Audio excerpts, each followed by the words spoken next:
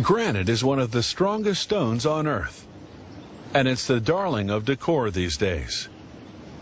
As an indoor-outdoor building material, it's timeless, elegant, and resistant to acid rain. Nature's granite factory lies many miles beneath the Earth's surface. Boiling molten rock called magma builds up pressure from the intense heat and rises through cracks and crevices in the Earth's crust. As it rises, it slowly cools and solidifies into granite. Most granite is buried under sedimentary rock, which makes up most of the Earth's surface. The challenge is to extract as much granite from the quarry as possible, while losing as little as possible to damage from the extraction process. They start by outlining a section of rock wall up to 99 feet long by 23 feet wide.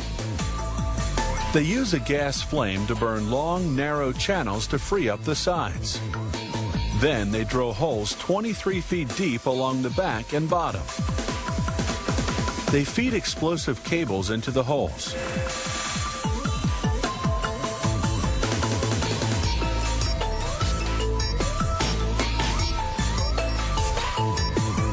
Then they set it off.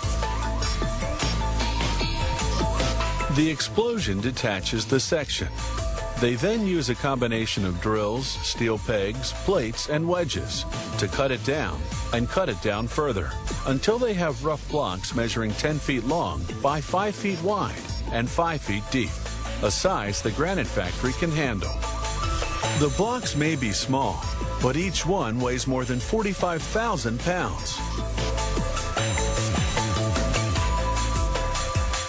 At the factory, the first cut is called slabbing.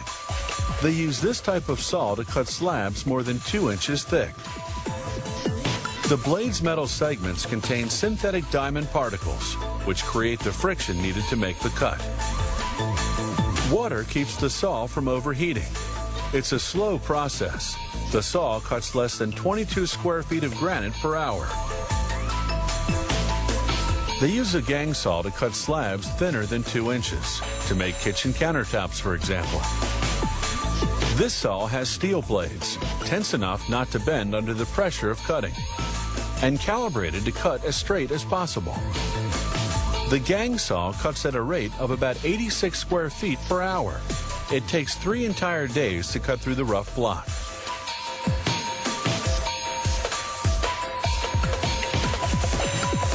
Once a slab is cut, it goes for polishing. This is what will bring out the beauty of the stone. The polishing line has 19 heads, each of which has 6 bricks that polish by abrasion, like sandpaper. The brick grains get progressively finer as you go down the line.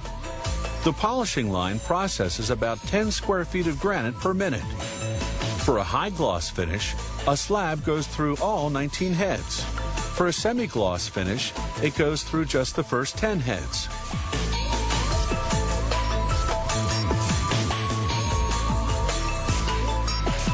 For a rough finish, slabs skip the polishing line altogether and instead go through a process called flaming.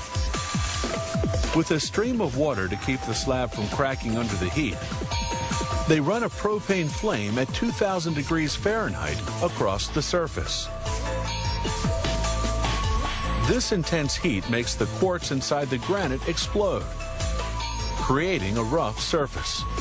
They often use this technique for non-slip flooring. After the finish, the last step is to cut the slabs to specifications.